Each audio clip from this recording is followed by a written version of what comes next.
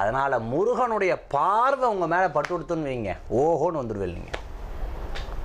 அதனால் திருச்செந்தூரில் போனால் அப்படியே பார்த்து இப்படி கும்பிடுவோம், அப்படி கும்பிடுவோம், முருகா முருகான்னு பார்ப்போம் இல்லையா? அவ்வளோ சிறப்புகள் உண்டு. அந்த பெருமானுடைய பார்வை உங்க மேல பட்டதுன்னா போதும், அவன் கடைக்கண் பார்வை பார்த்தால் போதும், நாள் என் செய்யும், கோல்தான் என் செய்யும், என்னை நாடி வரும் பக்தர்களுக்குன்னு ரொம்ப அருமையா சொல்றார்.